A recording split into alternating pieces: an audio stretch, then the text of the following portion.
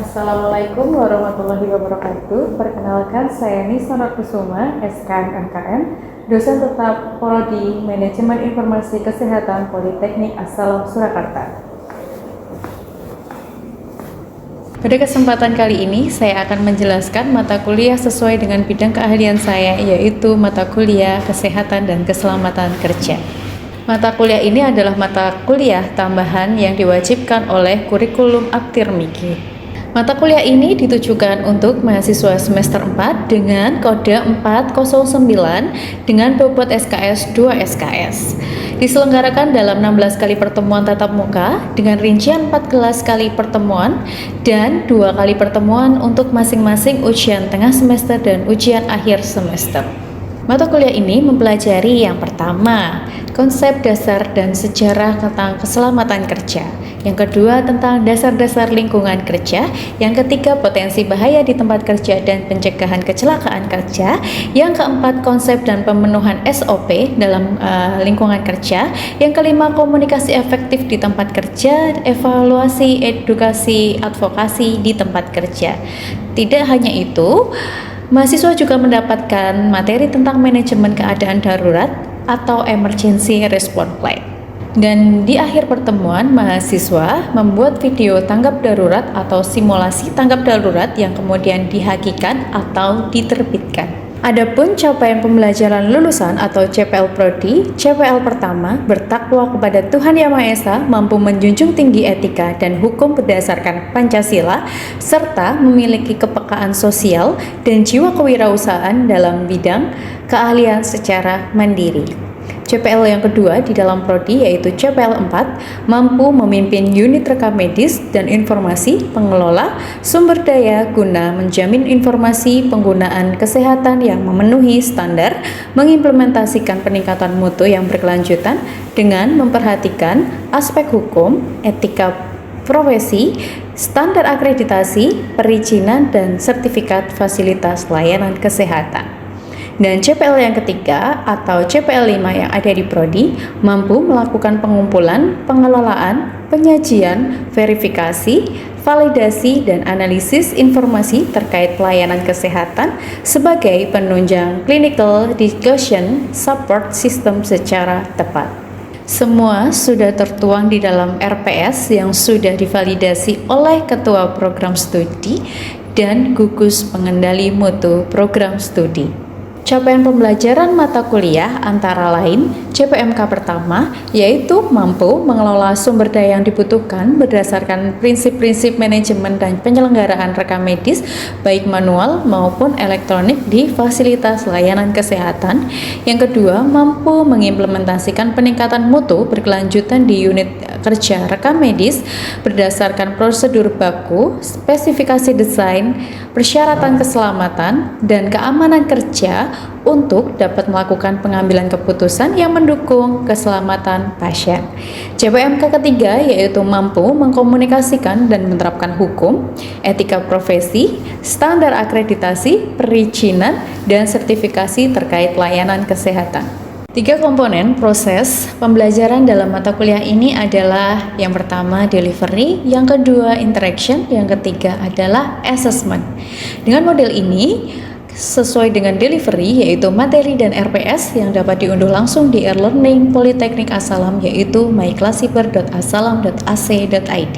Yang kedua, interaction yang saya lakukan langsung dengan melaksanakan tatap muka untuk mendukung pemahaman mahasiswa dengan melibatkan komunikasi dua arah yaitu dosen dan mahasiswa yang berupa diskusi, tanya jawab, kolaborasi kelompok, dan kreatif bersama.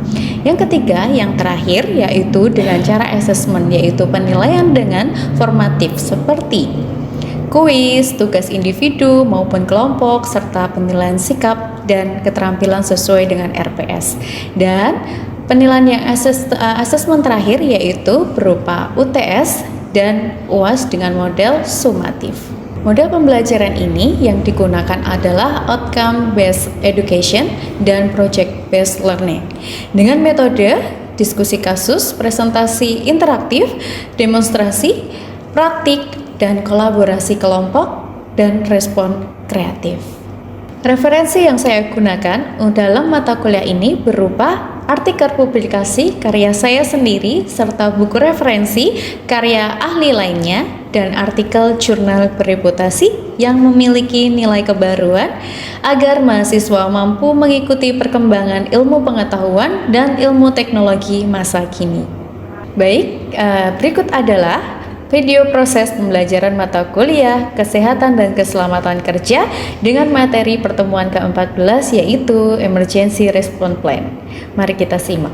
Bismillahirrahmanirrahim. Assalamualaikum warahmatullahi wabarakatuh. Waalaikumsalam warahmatullahi wabarakatuh. Terima kasih teman-teman sudah meluangkan waktunya untuk masuk di perkuliahan saya di hari ini, di hari Kamis tanggal 25 bulan Juni 2026. Nah, di pertemuan saya ini yaitu makulnya apa? Kesehatan dan keselamatan kerja.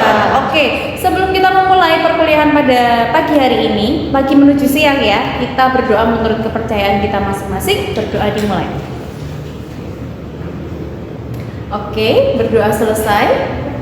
Nah, sebelum masuk ke perkuliahan ke-14 ini, kemarin sudah saya jelaskan di perkuliahan ke-13 yaitu tentang audit SMK 3.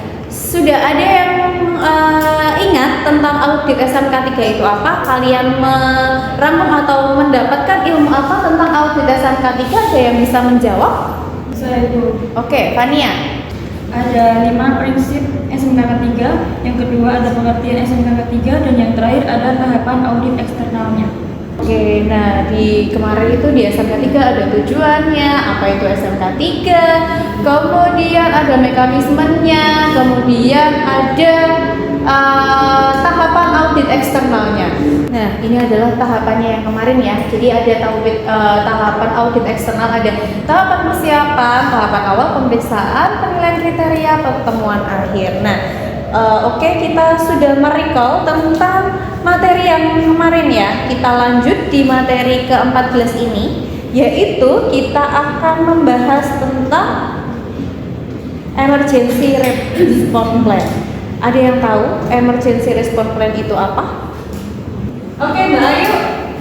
Emergency Response Plan itu seperti manajemen bagaimana menangani bencana atau keadaan darurat. Nah, betul.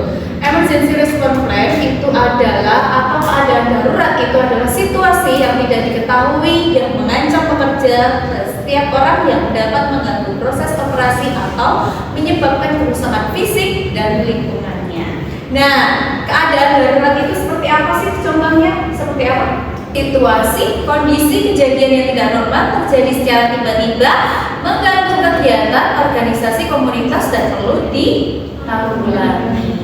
Nah, ini sama juga ya seperti CPMK-nya, yaitu tentang CPMK 2 yaitu mampu mengimplementasikan peningkatan mutu berkelanjutan di unit kerja menerka medis berdasarkan prosedur baku, spesifikasi desain, persyaratan keselamatan dan keamanan kerja untuk dapat dilakukan pengambilan keputusan yang mendukung keselamatan pasien. Nah, kemudian Emergency Response Management itu adalah pengelolaan manajemen tanggap darurat baik karena bencana alam atau kecelakaan kerja yang sangat diperlukan. Jadi tujuannya apa teman-teman? Apa Erinda? Silakan dibaca. Mempersiapkan diri menghadapi semua bencana atau kecelakaan kerja, Kemudian? kerugian material dan korban. Yang ketiga, meningkatkan kesadaran semua pihak saat terjadi keadaan. Nah, ini adalah 3 tujuan dari Emergency Response Management. Pertama, harus menyiapkan diri dalam keadaan darurat seperti apa. Apa yang harus kalian bawa? Persiapan apa yang harus kalian lakukan? Kemudian untuk menekan kerugian material dan korban. Bila terjadi kecelakaan, apabila kita sudah menyiapkan diri, kemudian sudah ada mitigasinya, otomatis kerugian material dan korban otomatis menurun. Kemudian yang ketiga, meningkatkan kesadaran semua pihak saat terjadi keadaan darurat. Jadi kalian membawa orang-orang itu tadi kemana arahnya, ya, supaya tahu. Jadi arah titik kumpulnya di mana. Nah, ada yang tahu landasan hukumnya? Mbak Ayu berapa? Undang-Undang Nomor 24 Tahun 2007 tentang penanggulangan bencana dan Undang-Undang Nomor 1 Tahun 1990 tentang keselamatan kerja. Oke, jadi undang-undangnya ini yang mengatur tentang manajemen K3 atau tentang Emergency Response Plan itu diacu pada Undang-Undang Nomor 1 Tahun 1970 tentang keselamatan kerja, kemudian Undang-Undang Nomor 24 Tahun 2007 tentang penanggulangan bencana, yang ketiga tentang PP Nomor 50 Tahun 2012 tentang penerapan SMK 3, ada Kemenaker juga 186/1919 tentang unit penanggulangan kebakaran di tempat kerja. Kemudian ada SE Kemenaker Trans nomor 140/DPKK/2004. Nah, jenis keadaan darurat apa saja yang menurut kalian bencana alam atau natural hazard? Banjir, Ya, kekeringan, kemudian angin topan, gempa bumi, tsunami, longsor, kemudian ada petir. Nah, ini adalah kategori natural apa namanya hazard. Kalau teknologi hazard apa? Fania.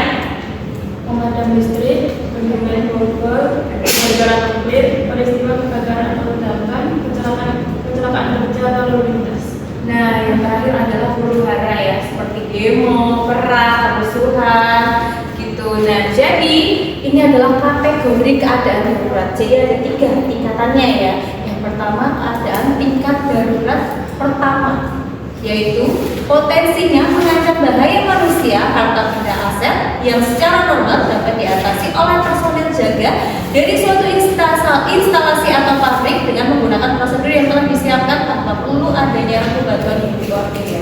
Ada yang paham dengan kalimat ini? Fatimah, apa? Berarti kalau bencana tingkat darurat 1 itu bisa diatasi sendiri.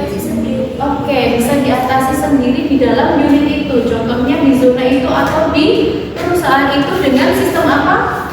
Sistem tanggap darurat atau struktur organisasinya.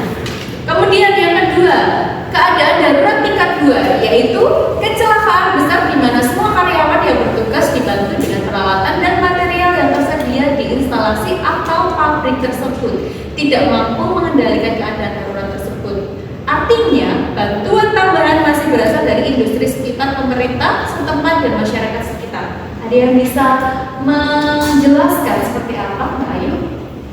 seperti bencana kebakaran yang lumayan besar, kemudian kita harus membutuhkan pemadam kebakaran dari luar. Nah, iya, jadi tidak bisa ditanggulangi ya, seperti kita contohnya di kampus ini ada aparnya, padahal kebakarannya di lantai 3. Berarti kita nggak bisa dengan adanya apa yang ada di kampus kita. Contohnya berarti ada bantuan dari pemadam kebakaran, jadi harus membutuhkan bantuan sekitarnya. Kemudian bantuan keadaan darurat tingkat 3, yaitu malapetaka bencana dahsyat dengan akibat lebih besar dibandingkan dengan keadaan darurat tingkat 2 dan memerlukan bantuan koordinasi pada tingkat nasional. Apa ini? Tsunami. Oke, namanya bencana alam. Jadi dia harus koordinasi ke tingkat nasional. Nah, bencana alam contohnya di Sumatera kayak Aceh. Nah, itu adalah bencana alam tingkat 3 besar. Nah, itu skalanya sudah nasional. Jadi itu tidak bisa ditanggulangi oleh pemerintah sekitar, harus satu Indonesia harus membantu. Jadi skalanya sudah nasional, benar. Kemudian ini adalah goal atau target dari emergency response plan, yaitu memastikan adanya suatu organisasi keadaan darurat yang lengkap dengan semua sasarannya. Ada mengidentifikasi tindakan-tindakan yang diperlukan atau dilakukan untuk memperkecil kemungkinan terjadinya suatu kejadian sebagai bahan masukan untuk pengambilan keputusan top manajemen. Paham nggak di sini? Jadi targetnya dari kalian menolong atau melakukan emergency response plan itu harus memastikan keadaan darurat itu personilnya lengkap. Kemudian apalagi selain personil, kalian harus membawa apa? Peralatannya lengkap semua. Kalau kalian mau menolong orang cuma bawa badan aja, kira-kira bisa nggak nolong orang? Nah, malah jadi korban, ya kan? Kemudian identifikasi tindakan-tindakan yang diperlukan atau dilakukan untuk memperkecil kemungkinan. Jadi harus ada strateginya.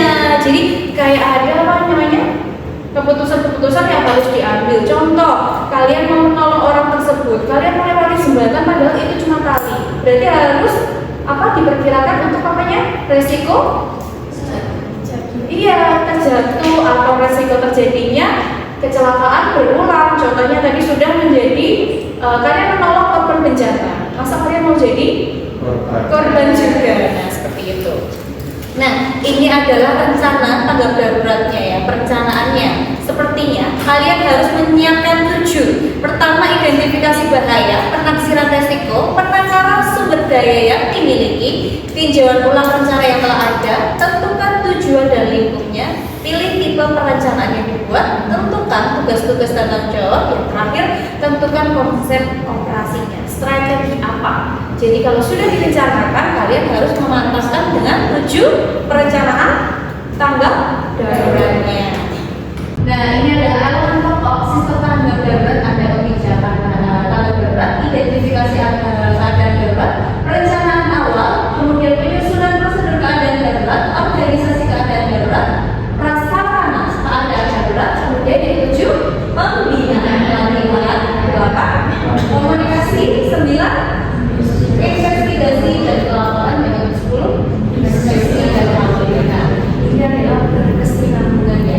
Pertama harus dilihat kebijakannya harus seperti apa, identifikasi keadaan darurat, identifikasi siapa yang layak untuk diselamatkan dulu, kemudian direncanakan atau planningnya, penyusunannya atau strateginya tadi ya, kemudian organisasi keadaan darurat seperti apa yang dikoordinasi, prasarananya mencukupi atau sudah siap belum, kemudian pembinaan dan pelatihan. Berarti ini personelnya harus mempunyai lisensi, kemudian komunikasi, harus ada satu komando, ya kan? Berarti arahnya kemana tadi?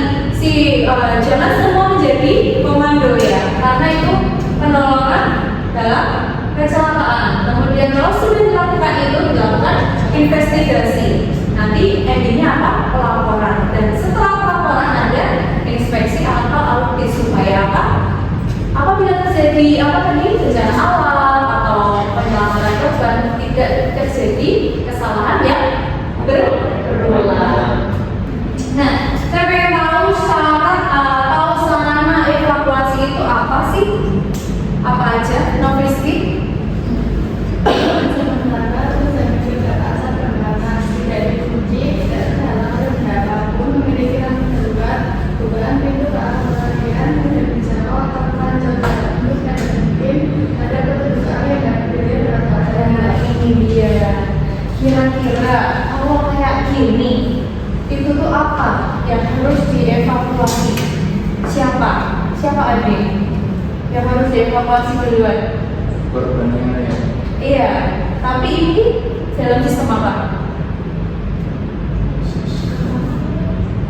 Gempa bumi. Berarti dilihat dulu bawahnya atau struktur bangunannya kokoh atau tidak. Kalian jangan asal langsung menolong korbannya kalau struktur bangunannya tadi tidak kokoh. Nah, kemudian kalau kalau keadaan daruratnya kebakaran, berarti kalian harus melihat itu di mana arah anginnya, atau kalian terjebak di ruangan ini saat kebakaran. Berarti evakuasinya harus di mana? Berdiri, jongkok, atau tetap di ruangan? Merangkak. Iya betul, karena merangkak adalah satu-satunya jalan untuk mendapatkan oksigennya. Karena kalau kebakaran itu berarti udara yang lengkap di atas dan bawah itu udara yang bersih. Nah, ini adalah flowchartnya dalam persiapan tanggap darurat. Jadi semuanya ya tentang monitoring K3, kemudian nanti ada proses tindakan perbaikan dan pencegahannya. Kemudian ada skema pembuatan prosedur tanggap darurat ya, seperti bentuk tim, tujuan, identifikasi, kemudian arahnya menjadi evaluasi. Dan ini adalah contoh struktur IRP atau struktur organisasinya. Harus ada komandonya atau ketuanya, kemudian harus ada wakil ketua. Nah, seluruh rangkaian ini berarti penanggung jawabnya adalah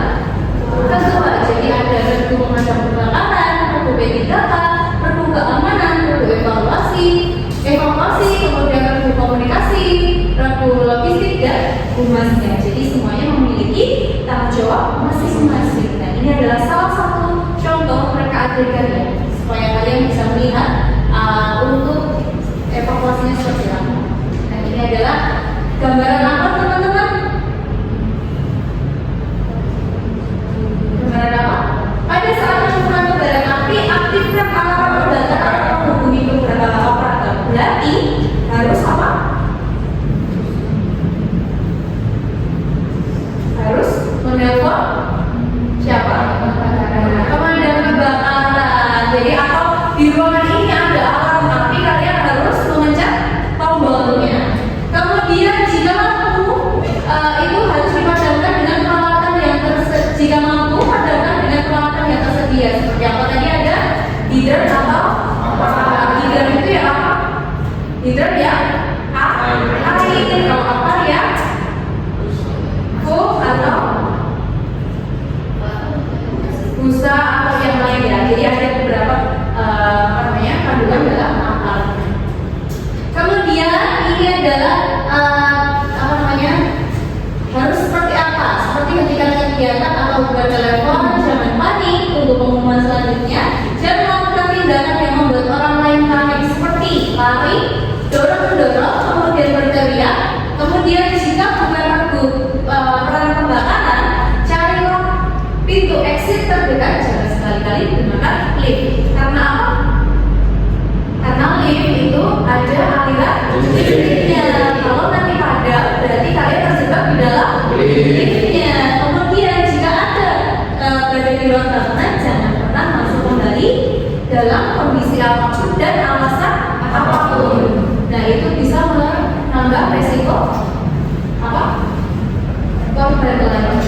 Nah, kemudian segera tinggalkan ruangan. Jangan pikirkan barang, kemudian keselamatan jiwa Anda lebih penting. Nah, kemudian ingat ya, pada saat menuju pintu keluar jangan sekali-kali menggunakan lift. Berarti menggunakan apa? Tangga. Nah, tutuplah semua pintu yang telah Anda lewati untuk menghambat perjalanan apinya. Jadi kalau sudah masuk ke pintu ini ya udah tutup aja. Berarti supaya kalian juga tadi sudah lewat pintu sini, karena itu kabut asap kebakaran itu kan pasti di atas ya. Otomatis kalian tidak bisa melihat dalam jaraknya panjang, berarti jaraknya hanya pendek saja. Kemudian jika terlarang di dalam ruangan, beritahu keberadaan Anda kepada orang tua. Contoh di lantai 3 ini, berarti harus memberitahu kepada orang itu lewat mana? Jendela. Dengan apa? Suara atau lambang lain dengan flash light atau senternya. Kemudian tutuplah celah di bawah pintu dengan kain basah untuk menghindari masuknya asap atau kobaran api. Gunanya apa? Kalian selama belum ditolong supaya udara atau oksigennya bisa masuk ke dalam diri kalian. Jadi kalian tidak pingsan dan tidak terjadi sesak nafas. Nah, kemudian jika terperangkap dalam ruangan berasap, selamatkan diri dengan cara ini. Tadi ya, merangkak karena bagian bawah relatif lebih bersih dari pengaruh asap. Seperti tadi ya, harus merangkak. Dilihat juga ada jalur evakuasi. Biasanya ada tulisan jalur evakuasi. Lihat itu, ikuti arah itu, kemudian exit, baru kemana? Ke titik kumpul. Nah, yang terakhir jangan melompat seperti ini. Jadi tunggu bantuan petugas rescue. Jangan seperti ya. Jadi nanti kan ada petugas siapa ya? Petugas pemadam kebakaran. Oke, itu saja materi yang bisa saya sampaikan. Mungkin ada pertanyaan? Tidak ada? Oke, kalau gitu kita kuis sebentar ya. Jadi kuisnya silakan HP-nya dikeluarkan masing-masing, kemudian dibarcode. Waktunya 5 menit aja, silakan dikerjakan. Kemudian setelah selesai, nanti kita review sebentar.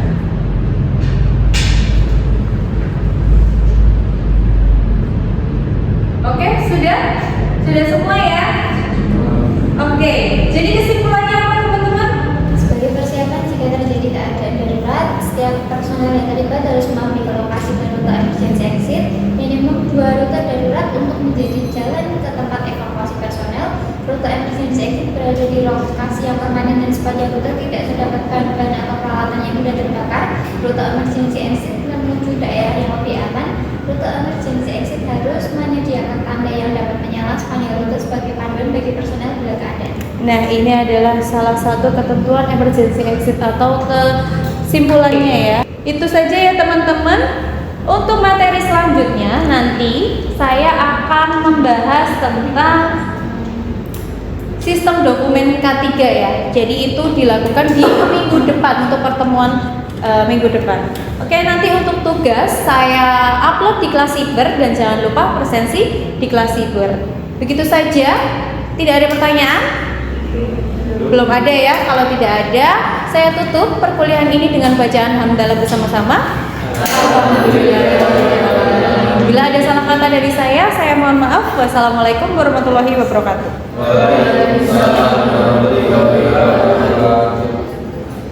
Video ini digunakan sebagai salah satu syarat penyusunan dokumen pernyataan diri dosen dalam unjuk kerja Tridharma Perguruan Tinggi atau PDD UKT PT. Semoga dengan adanya video ini bisa menjadi pertimbangan baik dalam penilaian sertifikasi dosen pada tahun 2026. Akhir kata, saya ucapkan wassalamualaikum warahmatullahi wabarakatuh.